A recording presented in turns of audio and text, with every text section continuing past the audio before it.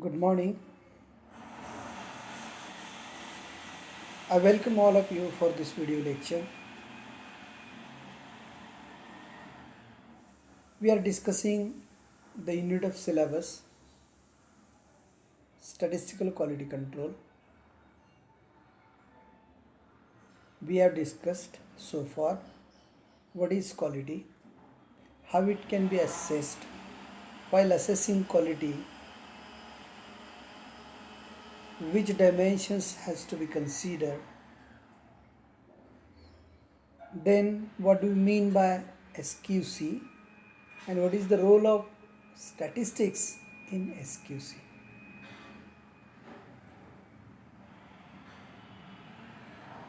One of the definition of quality is inversely proportional to the variability.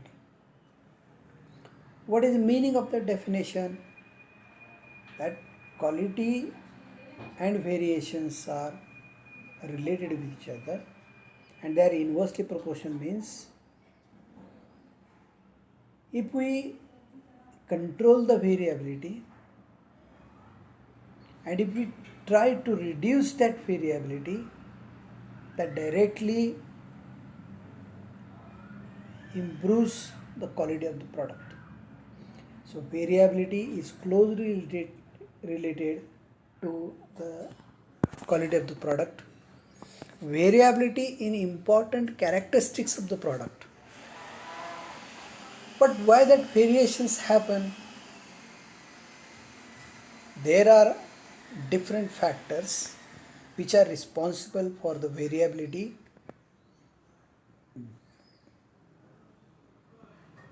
In the important characteristics of the product. So in today's lecture, we have to discuss what are the causes of variability.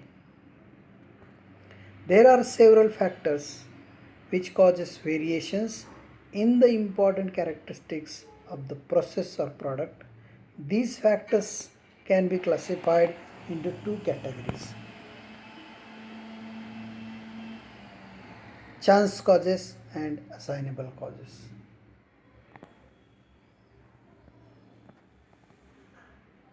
Chance cause variability.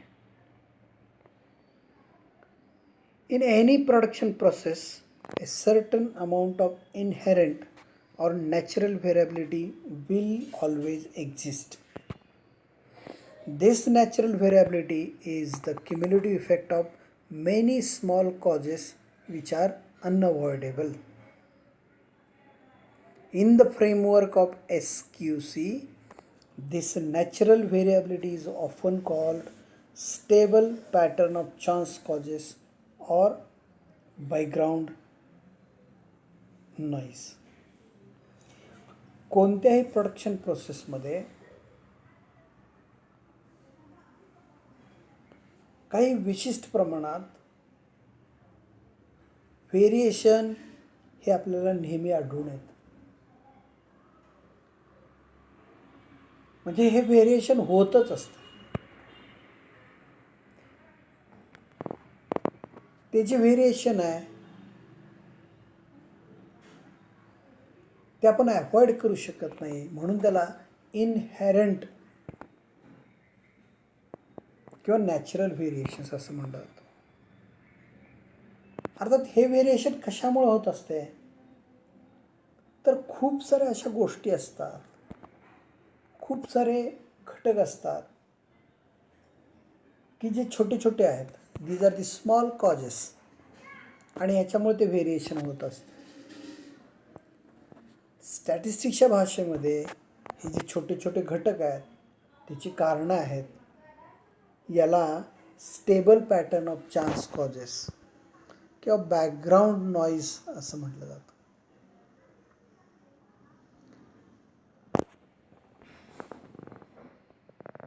In other words, the variability due to chance causes is an inherent part of the process.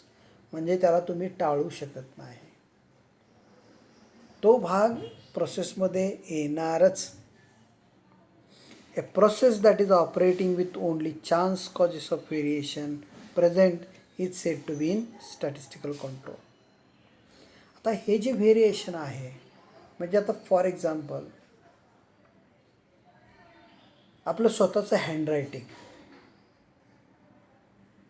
आता आपलं स्वतःचं handwriting म्हणजे एखाद्या व्यक्तीचं असेल, आपलं स्वतःचं असेल किंवा कोणत्या एखाद्या व्यक्तीचं असेल, तर हँडरायटिंग आपण बघितलं एखादा आपल्या मित्राचं असेल, जवळचं कोणी बहीण भाऊ, आई वडील, शिक्षक मित्र, तर आपल्या लक्षात येईल हे हँडरायटिंग कोणाचं आहे आपण ओळखतो, हे हँडरायटिंग कोणाचं आहे ते आपण ओळखतो. म्हणजे जर ते आपण खूप वेळा पाहिलेलं असेल तर. पण जर आपण त्याच्यामध्ये बारकाईनं पाहिलं तर असं लक्षात येईल की एकाच व्यक्तीनं वेगवेगळे मॅन्युस्क्रिप्ट जर लिहिलेले असतील तर त्याच्यामध्ये थोडासा फरक आढळून येतो आपल्याला. तरी पण आपल्या लक्षात येतं आहे की ते हँडरायटिंग त्याचं आहे. पण जे छोटे छोटे जे बदल होतात, म्हणजे मी प्रत्येक वेळेला पी ज्या पद्धतीने लिहितो आहे त्याच पद्धतीने मला लिहिता येईल असं नाही आहे, त्याच्यामध्ये थोडा फरक होऊ शकतो. हा जो छोटा फरक आहे त्याला नॅचरल व्हेरिएबिलिटी असं म्हटलं. It is quite difficult to identify the chance causes of variability, and hence the elimination of chance causes from the process is not economically justifiable. म्हणजे काय होतं की कशामुळे हे व्हेरिएशन होतं आहे हे शोधून काढणं जरा अवघड असतं, किंवा आपण काढू शकतो. अवघड असते, खरं अशक्य नसतं. पण ती गोष्ट शोधून काढण्यासाठी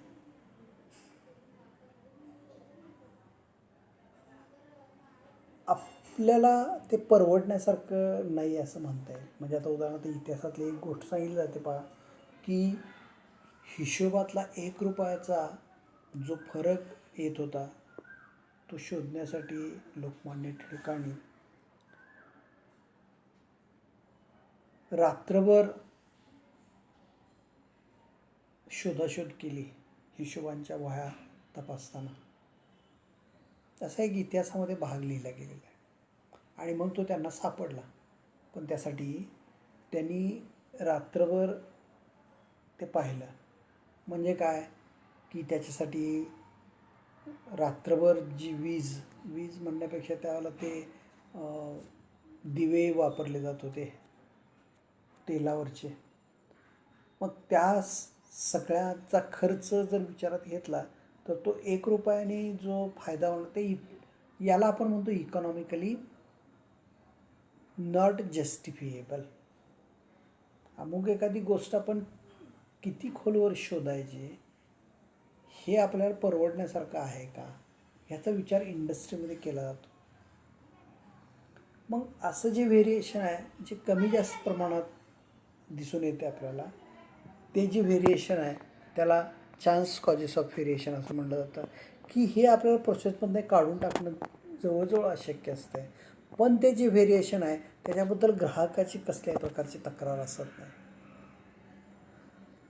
सो एखाद्या प्रोसेसमध्ये वेगवेगळ्या छोट्या छोट्या घटकामुळं जे अगदी लहान प्रमाणात जे व्हेरिएशन आढळून येतं आहे त्या व्हेरिएशनला चान्स कॉज व्हेरिएबिलिटी असं म्हणतो आपण. हे ज्या घटकामुळं होतं आहे ते घटक शोधून काढणं हे आपल्याला परवडण्यासारखं नसतं. अर्थात त्याच्याबद्दल आपली काही तक्रारसुद्धा असत नाही आहे, कारण तेवढी व्हेरिएबिलिटी आपण ॲक्सेप्ट करतो. त्यामुळे ज्या प्रोसेसमध्ये फक्त चान्स कॉजेस ऑफ व्हेरिएशन्स आहेत अशी प्रोसेस चांगली किंवा स्टॅटिस्टिकली अंडर कंट्रोल असं म्हटलं जातं त्या प्रोसेसला. त्यामुळं चान्स कॉजेस ऑफ व्हेरिएबिलिटी ह्याचा विचार करत असताना 3 गोष्टी आपल्याला लक्षात ठेवता येईल बघा. पहिली गोष्ट म्हणजे it is an inherent part of the process. It is a natural variability. It will always exist in the process. कोणती प्रोसेस घ्या तुम्ही, 0 डिफेक्ट प्रोसेस जरी घेतली तरी त्याच्यामध्ये ही व्हेरिएबिलिटी आपल्याला आढळून येते. दुसरी गोष्ट की जे घटक चान्स व्हेरिएबिलिटी घडवून आणतात ते घटक शोधणं अवघड काम असतं. त्यामुळं we cannot eliminate chance causes of variation from the process, and if we try to eliminate it, that may not be economically justifiable. ते असणार नाही, परवडण्यासारखं असणार नाही आहे. त्यामुळं ज्या प्रोसेसमध्ये फक्त चान्स कॉजेस ऑफ व्हेरिएबिलिटी आहे असे जे कॉजेस आहेत त्या प्रोसेसला अंडर स्टॅटिस्टिकल क्वालिटी कंट्रोल असं म्हटलं जातं. आता जे दुसरे घटक आहेत ते घटक आहेत त्याला असायनेबल कॉजेस असं म्हटलं जातं.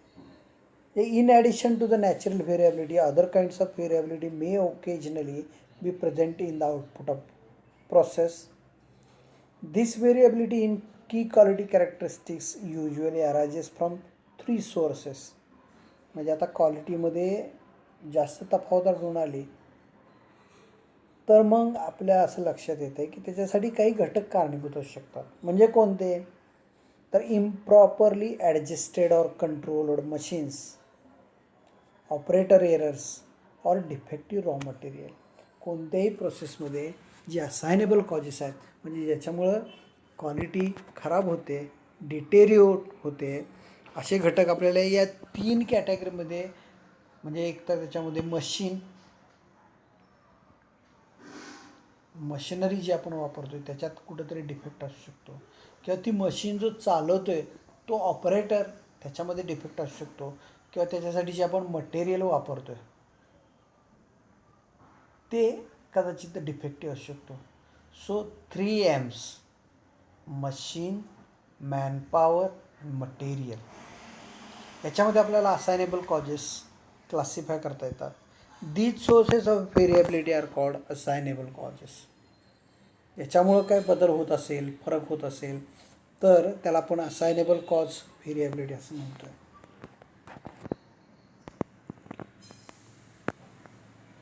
Variability due to assignable causes is generally large as compared to variability due to chance causes.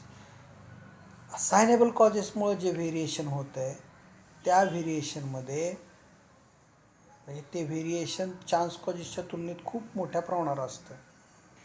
A process that is operating in the presence of assignable causes of variation is said to be out of control. म्हणजे खराब वस्तू तयार होते ही ऑपरेटरमुळे होते का मशिनरीमुळे होते किंवा मटेरियलमुळे होते हे जर आपल्याला लक्षात आलं तर ते आपल्याला प्रोसेसमधून काढून टाकता येतं. मग असे जर कोणते घटक त्या प्रोसेसमध्ये असतील तर ते आपल्याला फाइंड आउट करावं लागतात. असे घटक असणाऱ्या प्रोसेसला आउट ऑफ कंट्रोल प्रोसेस असं म्हटलं जातं. The assignable causes of variability can be identified by critical investigation of the process and hence it can be eliminated from the process. Assignable causes आपण त्या सिस्टीमचा अभ्यास करून त्या प्रोसेसचा अभ्यास करून आपण शोधू शकतो आणि शोधू शकत असल्यामुळं आपल्याला त्यांना इलिमिनेटसुद्धा करता येतं, त्याचं निवारण करता येऊ शकते, त्याच्यामध्ये दुरुस्ती करता येऊ शकते. म्हणजे मशीन्स खराब असतील तर त्या रिपेअर करता येतात किंवा बदलता येतात. ऑपरेटर मशीन्स काळजीपूर्वक चालवत नसेल तर तो ऑपरेटरला आपल्याला ट्रेनिंग देता येते किंवा ट्रेनड ऑपरेटर आपल्याला नियुक्त करता येतं. रॉ मटेरियलमध्ये जर काही डिफेक्ट्स असतील तर चांगल्या प्रकारचं रॉ मटेरियल आपण वापरू शकतो आणि अशा पद्धतीने आपण क्वालिटीवरती कंट्रोल आणू शकतो. तर एखाद्या प्रोसेसमध्ये क्वालिटीमध्ये जे बदल घडून येतात ते बदल जे व्हेरिएशन्स आहेत ते व्हेरिएशन्स त्याच्यासाठी जे वेगवेगळे घटक कारणीभूत आहेत त्याच्यात 2 कॅटेगरी करता येतात. एक चान्स कॉजेस आणि दुसरा असायनेबल कॉजेस. असायनेबल कॉजेस सिस्टीममध्ये असणं म्हणजेच सिस्टीम ही क्वालिटेटिव्ह नाही आहे असा त्याचा अर्थ असतो. म्हणजे आपल्याला ती प्रोसेस इम्प्रूव्ह करायला वाव आहे. मग असे असायनेबल कॉजेस आपण काढून टाकले सगळ्या सिस्टीममधून प्रोसेसमधून तर that becomes a very good process and that process is said to be under statistical quality control. तर 3 मुद्दे लक्षात ठेवा. एक चान्स कॉजेस त्या सिस्टीममध्ये असतातच असतात. असायनेबल कॉजेस आपण काढून टाकले तर ते राहणार नाही आहेत. त्यामुळे काही ज्यांची क्वालिटी खराब आहे त्याच्यामध्ये ते असतात. चान्स कॉजेस आहेत त्याच्यामुळे व्हेरिएशन कमी प्रमाणात होतं. असायनेबल कॉजेसमुळे व्हेरिएशन जास्त प्रमाणात होतं. चान्स कॉजेस आपल्याला शोधता येत नाहीत. असायनेबल कॉजेस मात्र आपल्याला शोधता येतात आणि ते आपल्याला प्रोसेसमधून काढून टाकता येतात. ज्या सिस्टीममध्ये फक्त चान्स कॉजेस आहेत त्या सिस्टीमला आपण अंडर कंट्रोल असं म्हणतो आहे. पण ज्या सिस्टीममध्ये चान्स कॉजेस बरोबर असायनेबल कॉजेससुद्धा आहेत त्याला आपण आउट ऑफ कंट्रोल सिस्टीम असं म्हणतो आहे, प्रोसेस असं म्हणतो आहे. So to bring the process under statistical quality control याचाच अर्थ काय, to eliminate the assignable causes of variations. Okay, so today we have seen causes of variability, chance causes and assignable causes. I think it is enough for today's lecture. We'll stop here. See you tomorrow.